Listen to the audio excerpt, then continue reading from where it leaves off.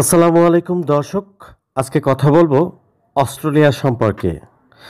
Australia একটা মহাদেশ, একটা অনেক সুন্দর দেশ, একটা সম্ভাবনা মায়ের দেশ। যেই দেশে গেলে খুব সহজেই ভাগ্য পরিবর্তন করা যায়। তবে কিছু দালাল চক্র দ্বারা সেটাকে বিনষ্ট হয়ে যায়, সে স্বপ্নটাকে দালাল চক্র ধ্বংস করে দেয়।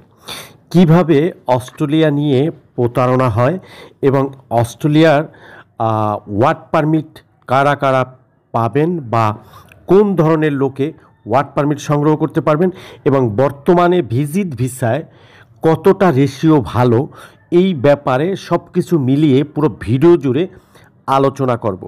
ভিডিওটা কেউ স্কিপ করবেন না বা টেনে টেনে শুনবেন না, পুরো ভিডিওটা শুনবেন, হয়তোবা আপনাদের কোনো না কোনো উপকারে আসতে পারে। তো যারা আমার চ্যানেলটা এখনও সাবস্ক্রাইব করেননি তাদেরকে অনুরোধ করব আমার চ্যানেলটা সাবস্ক্রাইব করে যাবেন। যারা করেছেন তাদেরকে অসংখ্য অসংখ্য ধন্যবাদ। পাশের বেল আইকনটা একটু অন করে দেবেন, তাহলে হচ্ছে কি আপনি নিত্য নতুন ভিডিওটা পেয়ে যাবেন। চলুন দর্শক, আমরা মূল আলোচনায় চলে যাচ্ছি। আজকের মূল আলোচনা হচ্ছে অস্ট্রেলিয়া সম্পর্কে। অস্ট্রেলিয়া, যারা অস্ট্রেলিয়া সম্পর্কে জানেন বা ধারণা রাখেন তারা জানেন যে অস্ট্রেলিয়াতে কতটা বেতন হয়ে থাকে একটা নর্মাল ওয়ার্কারের, বা কি সুযোগ সুবিধা পেয়ে থাকে একটা নর্মাল ওয়ার্কার। কারণ কি ওই দেশে নর্মাল বেসিক বেতন হচ্ছে 4-5 লাখ টাকা একটা নর্মাল ওয়ার্কারকে।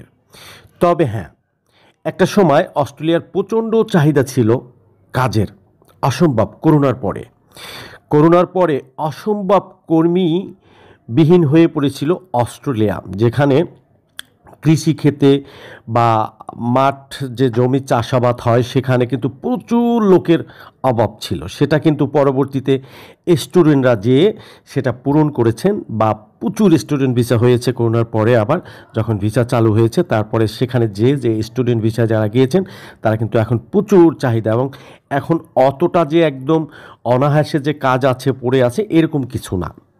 যেটা আমরা ভিডিওতে আপনারা শুনেন বা গল্প দেখেন ওই রকম কিছু না। তবে হ্যাঁ, কাজ পাওয়া যায় যদি আপনি একটু ওখানে সময় নিয়ে ঘুরে পুরে তারপর হচ্ছে কাজ পাওয়া যায়।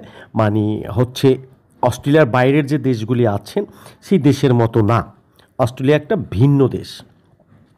তবে অস্ট্রেলিয়ার বর্তমানে ভিসা রেশিও অনেক ভালো, অনেক ভালো। যদি অথেন্টিক ডকুমেন্টস আপনার কাছে থেকে থাকে, আপনি একজন রিয়াল ট্রাভেলার হয়ে থাকেন, তাহলে অস্ট্রেলিয়ার ভিসাটা এই মুহূর্তে আপনার পাওয়ার চান্সেস আছে, বা জমা করে দেখতে পারেন, ট্রাই করতে পারেন। এটা হচ্ছে আমার ব্যক্তিগত সাজেশন। এটার কারণ কি? কারণ হচ্ছে অস্ট্রেলিয়ার অ্যাম্বাসি এতদিন ছিল ইন্ডিয়াতে। এই কিছুদিন ধরে গত মাস থেকে বাংলাদেশে এসেছেন। বাংলাদেশে বসেই এখন ভিসা সেকশনের যে কাজটা সেটা বাংলাদেশে হচ্ছে। আগে এই ভিসা সেকশনটা ছিল ইন্ডিয়াতে। তো ইন্ডিয়াতে থাকার কারণে আমাদের বাংলাদেশি ভিসা রেশিও একটু কম ছিল। কারণ হচ্ছে কি, একটু ইন্ডিয়ার লোকেরই ভিসি রেশিও ছিল। তারা বিশাল বড় দেশ, সেই জায়গায় বুঝেন তো একটা দেশের পরিচালনা করলে সেই জায়গায় যে একটু পার্সোনালিটি করবে সেটা স্বাভাবিক ব্যাপার। তো সেই ক্ষেত্রে কিন্তু আমাদের রেশিওটা একটু খারাপ ছিল। বর্তমানে যখন ভিসা ডিপার্টমেন্ট আমার বাংলাদেশে বসেই কাজ করতেছে, সেই জন্য একটু ভালো আছে। তো এই ভালো সময়টা আপনারা কাজে লাগাতে পারেন। তবে হ্যাঁ, একটা কথা সতর্ক করে বলি, এই অস্ট্রেলিয়ার ভিসা নিয়ে প্রচুর প্রতারক চক্র ফাঁদ পেতে আছে। অনেক ক্লায়েন্টকে নিঃস্বহারা করে দিচ্ছে এবং পাসপোর্টটাকে একদমই খারাপ বানিয়ে দিচ্ছে। সেটা কীভাবে দেখুন, অস্ট্রেলিয়াতে কোনো রকম নর্মাল ওয়ার্কারের, নন স্কিলধারী যারা কোনো কাজ বা জানেন না বা ডিগ্রিধারী না, তাদের কোনো ওয়ার্ক পারমিট অস্ট্রেলিয়াতে নেই। যদি কেউ বলে থাকে তাহলে এটা একটা প্রতারক চক্র, বা আপনাদের থেকে টাকা হাতিয়ে নেবে। দেখুন, একবার যদি আপনি কোনো দেশে, শুধু অস্ট্রেলিয়া না, কোনো দেশে ওয়ার্ক পারমিটের জন্য আপনি একবার ওই দেশে আবেদন করে থাকেন বা বায়োমেট্রিক দিয়ে থাকেন, ফিঙ্গারপ্রিন্ট করে থাকেন, তাহলে সেকেন্ড টাইম আপনি কোনো দিনেই ভিজিট ভিসা পাবেন না।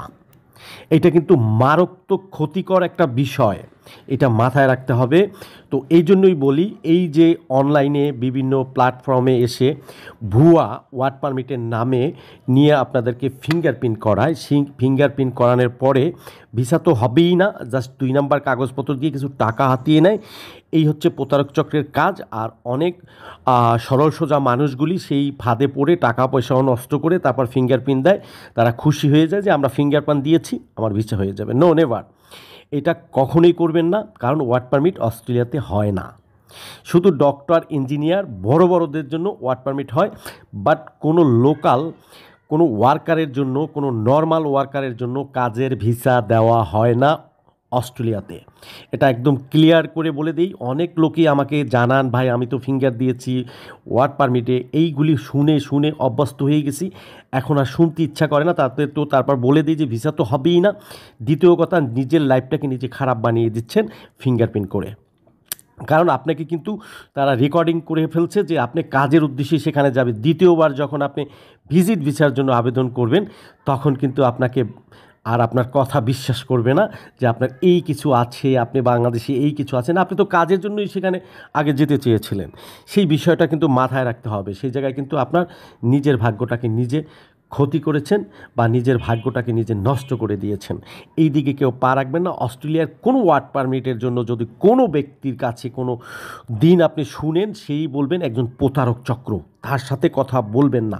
আমি প্রচুর এ ধরনের ভিডিও করে থাকি, কোন কোন দেশের জন্য সতর্কমূলক ভিডিও করে থাকি। তারপরও দর্শক হচ্ছে অনেক সময় কী করেন, আমাকেই জানান যে ভাই আমি তো ধরা খেয়ে গেছি, বিশ্বাস করে বা সরলতার সুযোগ নিয়ে আমাকে এই ক্ষতিটা করেছে। সেটার থেকে বিরত থাকবেন সবাই। আর ভিডিওগুলো, এই সব ধরনের ভিডিওগুলি হচ্ছে কি আপনার বন্ধু বান্ধব বা যারা নিয়ারেস্ট লোক আছে তাদের কাছে একটু ছড়িয়ে দেবেন, তাহলে হয় কি তারা একটু সতর্ক থাকবে। ভাই এই ভিডিওটা একটু লাইক শেয়ার করবেন, যাতে এই সেক্টরটাকে একটু জানিয়ে দেওয়া যে মানুষকে যে ওয়ার্ক পারমিট হয় না, এটা কিন্তু একটা জানার দরকার আছে। তো আসলে আপনাদেরই দায়িত্ব এটা, একটু আপনার স্বজন যারা বন্ধুবান্ধব আছে তাদেরকে জানিয়ে দেবেন যে অস্ট্রেলিয়াতে কখনো ওয়ার্ক পারমিট হয় না। ভিডিওটা একটু লাইক শেয়ার করে দিয়েন, তাহলে হয়তো বা কারো না কারোর উপকার হতে পারে বা ক্ষতি থেকে বাঁচতে পারে। তো দর্শক, এই ছিল আমার আজকের ভিডিওর মূল কথা। তো ভালো থাকবেন, সুস্থ থাকবেন, আল্লাহ হাফেজ। আবার নতুন কোনো ভিডিও নিয়ে আসবো।